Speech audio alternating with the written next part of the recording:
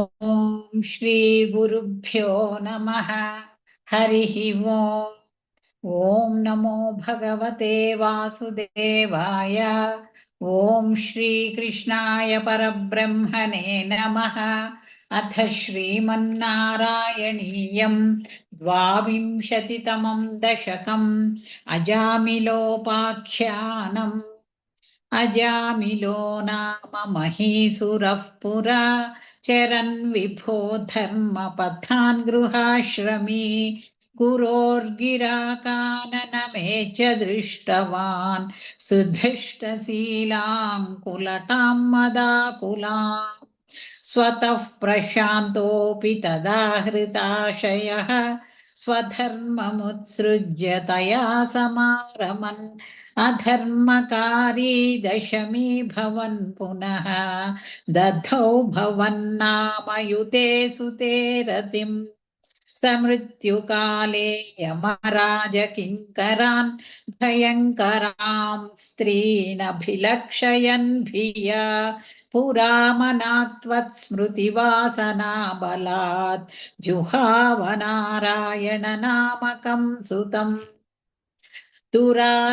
దురాశయస్యాపి తదాత్వనిర్గతత్వదీయనామాక్షరమాత్రవైభవాత్ పురోభిపేతుర్భవదీయపార్షదాః చతుర్భుజాః పీతపటా మనోరమాः. అముంచ సంపాష్య వికర్షతో భటాన్ విముంచతే చారురుధుర్బలాదమే. నివారితాస్తే చ భవజ్జనైస్తదా తదీయపాపన్నిఖిలం న్యవేదయన్. భవంతు పాపాని కథంతు నిష్కృతే కృతేపి భో దండనమస్తి పండితాః. న నిష్కృతిః క్యువిదితా భవాదృశాం ఇతి ప్రభో త్వత్పురుషా బభాషిరే. श्रुतिस्मृतिभ्यो विहिता व्रतादयः पुनन्ति पापं न लुनन्ति वासनाम्. अनन्तसेवा तु निकृन्तति द्वयीम् इति प्रभो त्वत्पुरुषा बभाषिरे. अनेन भोजन्म सहस्रकोटिभिः कृतेषु पापेष्वपि निष्कृतिः कृता यदग्रहीन्नाम भयाकुलो हरेः इति प्रभो त्वत्पुरुषा बभाषिरे. नृणामबुद्ध्यापि मुकुन्द कीर्तनं दहत्यघौघान् महिमास्य तादृशः. यथाग्निरेधांसि यथौषधं गदान् इति प्रभो त्वत्पुरुषा बभाषिरे. इतीरितैर्याम्य भटैरपाश्रिते भवद्भटानां च गणे तिरोहिते. भवत्स्मृतिं कञ्चन कालमाचरन् भवत्पदं प्रापि भवद्भटैरसौ. स्वकिङ्करावेदन शङ्कितो यमः त्वदङ्घ्रिभक्तेषु न गम्यतामिति. स्वकीयभृत्या न शिशिक्षदुच्चकैः सदेव वातालयनाथ पाहि माम्. इति श्रीमन्नारायणीये अजामिलोपाख्यानं नाम द्वाविंशतितमं दशकं समाप्तम्. नारायणाखिलगुरो भगवन्नमस्ते. नारायणाखिलगुरो भगवन्नमस्ते.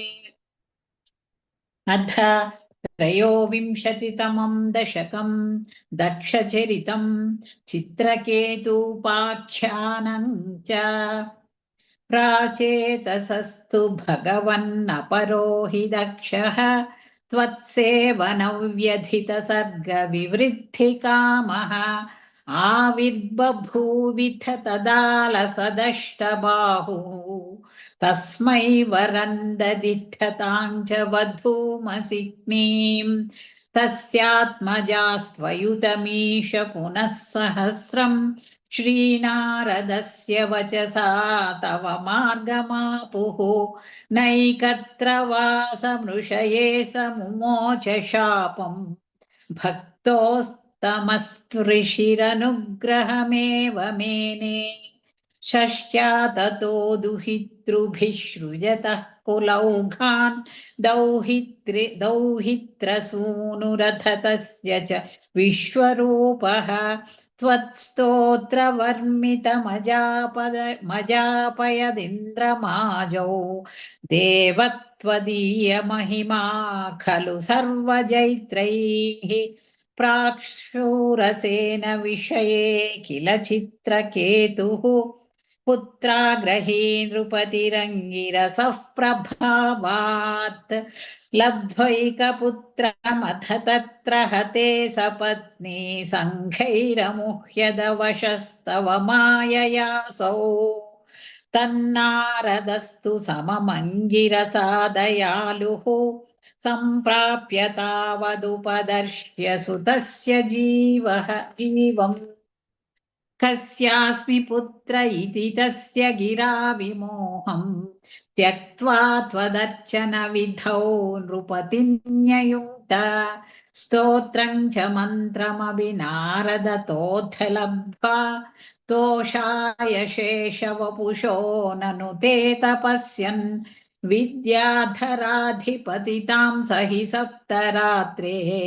लब्ध्वाप्यकुण्ठमतिरन्वभजद्भवन्तम् तस्मै मृणालधवलेन सहस्रशीर्ष्णा रूपेण बद्धनुतिसिद्धगणावृतेन प्रादुर्भवन्नचिरतो नुतिभिः प्रसन्नः दत्त्वात्मतत्त्वमनुगृह्य तिरोदधाथ त्वद्भक्तिमौलरथसोऽपि च लक्षलक्षम् वर्ष्माणि हर्षुलमणा भुवनेषु कामम् सङ्गापयन् गुणगणन् तव सुन्दरीभिः सङ्गातिरेकरहितो